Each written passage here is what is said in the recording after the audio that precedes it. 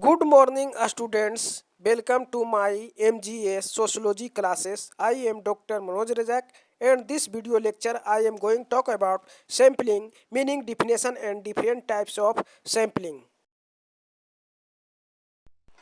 Sampling, निर्दर्शन.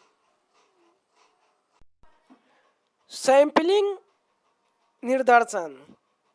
Sampling और निर्दर्शन को और भी अनेक नाम है. निर्दर्शन, प्रतिचयन और प्रतिदर्शन.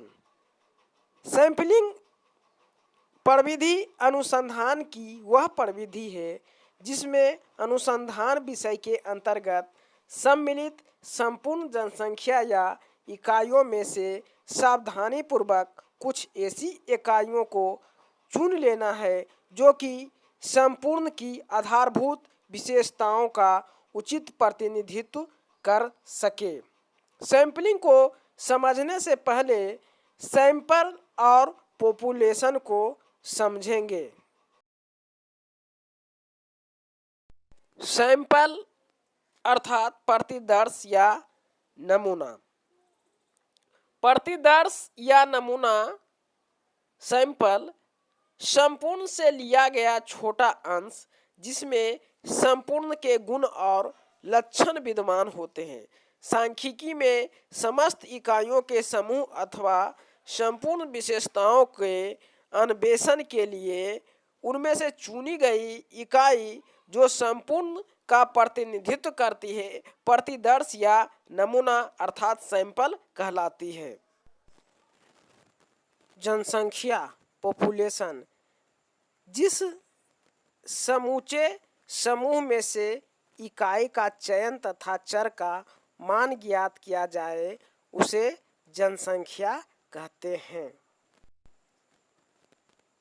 पॉपुलेशन, जो भी जनसंख्या है या जिसके ऊपर हम रिसर्च कर रहे हैं वही पॉपुलेशन है.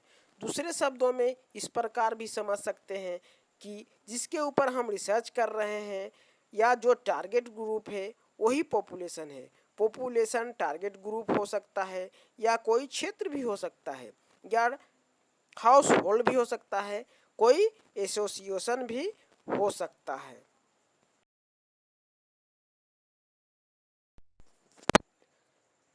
सैंपलिंग समग्र या संपूर्ण जनसंख्या इकाई वस्तुओं या मनुष्यों का समूह में से चुने गए एक ऐसे अंश से है जिसमें समग्र का प्रतिनिधित्व करने के समस्त लक्षण विद्यमान हो.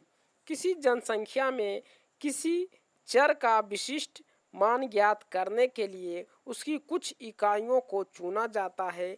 इस चुनाव की प्रक्रिया को हम सैंपलिंग या निर्दर्शन कहते हैं और चुनी हुई इकाई के समूह को प्रतिदर्श कहते हैं.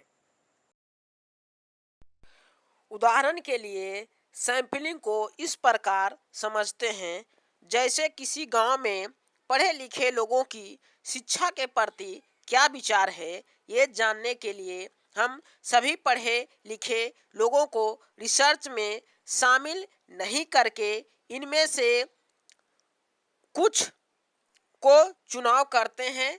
यही लगभग 50 या 100 लोगों को चुनते हैं और इन्हीं लोगों को सैंपल के रूप में शामिल करते हैं और उनसे उनका विचार जानते हैं. यही जानकारी जो देते हैं चुने हुए लोग यही सैंपलिंग कहलाता है. अर्थात टोटल पॉपुलेशन में से कुछ चुनिंदा लोगों को ले लेते हैं और उनका विचार जानते हैं और जो वो विचार देते हैं यही सैंपलिंग कहलाता है. अब इसको दूसरे उदाहरण द्वारा समझते हैं. जब हम चावल खरीदने बाजार जाते हैं तो चावल की पूरी बोरी को खोलकर नहीं देखते हैं बल्कि उनमें से कुछ सैंपल को निकालते हैं और उसी सैंपल से अनुमान लगाते हैं कि चावल अच्छा है या नहीं. तो जो सैंपल निकाले अच्छा है या नहीं अनुमान लगाने के लिए यही सैंपलिंग कहलाता है. डिफिनेशन परिभाषा।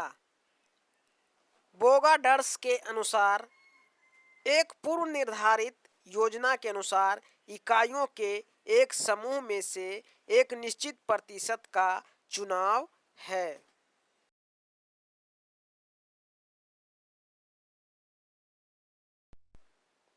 फेयरचाइल्ड ने अपनी डिक्शनरी ऑफ सोशियोलॉजी में मिल्ड्रेड पार्टन के शब्दों का उल्लेख करते हुए लिखा है कि एक निश्चित संख्या में व्यक्तियों, मामलों या निरीक्षकों को एक समग्र विशेष में से निकालने की प्रक्रिया या पद्धति अथवा अध्ययन के हेतु एक समग्र समूह में से एक भाग को चुनना निर्दर्शन पद्धति कहलाती है।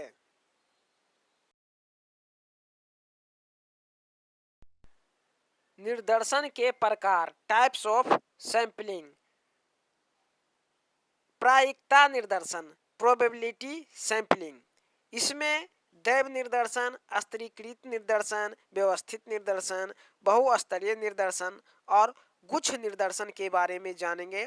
और अप्रायिकता निर्दर्शन, नॉन प्रोबेबिलिटी सैंपलिंग, इसमें उद्देश्यपूर्ण निर्दर्शन, आकस्मिक निर्दर्शन और अभियंश निर्दर्शन के बारे में जानेंगे।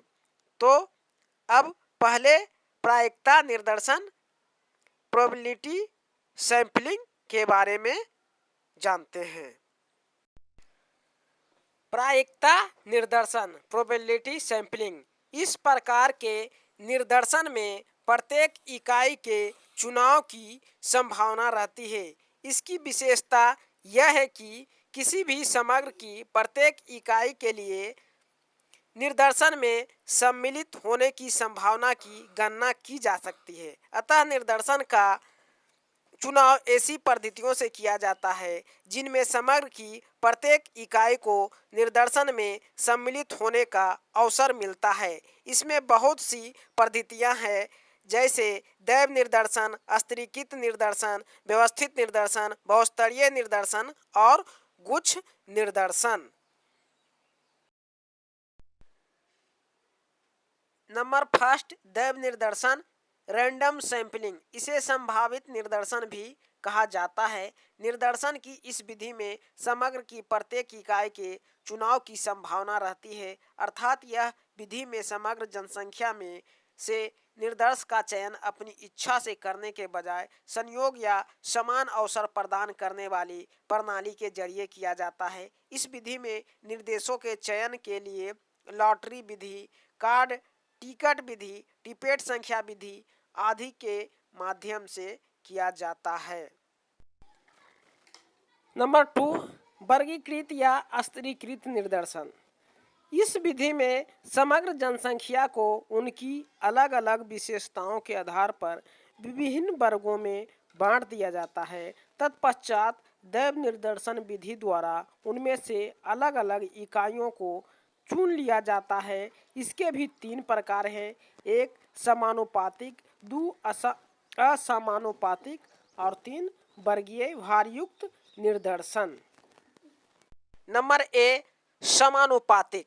इसमें प्रत्येक वर्ग में से इकाइयां उसी अनुपात में चुनी जाती है जिस अनुपात में वर्ग की कुल इकाइयां समग्र में है। नंबर बी, असमानुपातिक। इसमें प्रत्येक वर्ग किसी वर्ग की समान संख्या में इकाइयां चुनी जाती है, चाहे समग्र में इकाइयों की संख्या कितनी ही हो। इसका तात्पर्य यही हुआ कि यदि विभिन्न वर्गों में इकाइयां समान संख्या में नहीं है तो निर्दर्शन में उनकी संख्या असमानुपातिक हो जाएगी। नंबर सी, भारयुक्त संस्तरित निर्दर्शन। यह उपरोक्त दोनों प्रकारों का एक मिला जुला रूप है। इसमें प्रत्येक वर्ग से इकाइयों तो समान संख्या में चुनी जाती है, परंतु बाद में अधिक संख्या वाले वर्गों की इकाइयों को अधिक भार प्रदान करके उनका प्रभाव बढ़ा दिया जाता है। यह भार उसकी अनुपात से बढ़ाया जाता है जिस अनुपात में वर्ग की इकाइयां समग्र में है। नंबर 3, व्यवस्थित निर्दर्शन। निर्दर्शन करते समय अगर समग्र की संख्या ज़्यादा हो और बड़े आकार का निर्दर्श लेना हो तो इसके लिए व्यवस्थित निर्दर्शन विधि का प्रयोग किया जाता है। इसमें समग्र की सूची से एक नियमित और निश्चित अंतराल के बाद निर्देश का चयन किया जाता है। नंबर 4, बहुस्तरीय निर्देशन मल्टी स्टेज सैंपलिंग। इस विधि में अध्ययन के लिए चयनित किसी विशाल भौगोलिक क्षेत्र जैसे राष्ट्र और राज्य को छोटे छोटे क्षेत्रों में विभाजित करके दैव निर्देशन विधि का प्रयोग करते हुए निर्देश का चयन करता है। जैसे किसी राष्ट्रीय हिंदी समाचार पत्रों में आर्थिक पत्रकारिता का अध्ययन करना हो तो इसके लिए सारे समाचार पत्रों का चयन करते हुए सिर्फ उन चुनिंदा समाचार पत्रों का चयन अध्ययन के लिए किया जा सकता है जो पूरे राष्ट्र के हिंदी समाचार पत्रों का प्रतिनिधित्व करते हों। नंबर 5, समूह या गुच्छ निर्देशन क्लस्टर सैंपलिंग। इस विधि में अध्ययन के लिए चयनित जनसंख्या को अलग अलग समूहों में बांटकर उनमें से निर्देश का चुनाव किया जाता है। विस्तृत भौगोलिक क्षेत्रों में इस विधि का प्रयोग किया जाता है।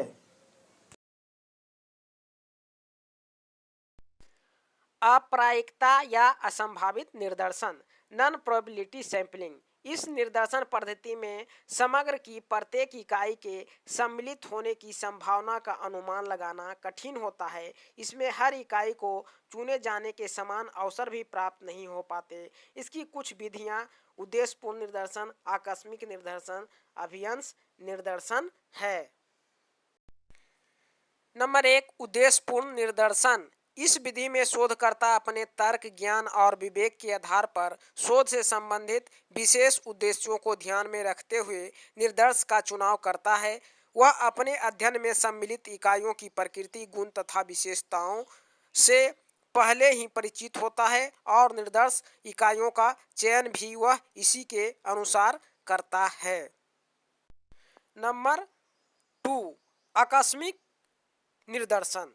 इस विधि में शोधकर्ता अपनी इच्छा और सुविधा अनुसार समग्र से निर्देश इकाइयों का चयन करता है और उनसे तथ्य संकलित करता है।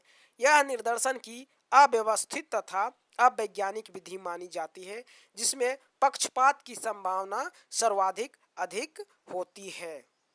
नंबर 3, कोटा या अभियंस निर्देशन कोटा सैंपलिंग। निर्देशन की इस विधि में समग्र को अलग अलग भागों में विभाजित कर प्रत्येक वर्ग से चुनी जाने वाली इकाइयों की संख्या निर्धारित कर ली जाती है। इसके बाद शोधार्थी अपनी इच्छा अनुसार प्रत्येक वर्ग से आवश्यकता के अनुरूप निर्देशों का चयन कर लेता है। इस विधि में पक्षपात की संभावना कायम रहती है। नंबर 4, स्नोबॉल निर्देशन। इस निर्देशन का प्रयोग उस परिस्थिति में किया जाता है जब समग्र की इकाई और उनकी संख्या ज्ञात और निश्चित न हो। इस विधि में एक व्यक्ति दूसरे व्यक्ति की जानकारी देता है और फिर दूसरा किसी तीसरे व्यक्ति की जानकारी देता है। इसी प्रकार इकाइयों की संख्या में वृद्धि होती रहती है और शोध हेतु पर्याप्त आंकड़ों का संकलन संभव हो पाता है। अगर वीडियो अच्छा लगे तो लाइक, सब्सक्राइब और शेयर अवश्य करें। धन्यवाद।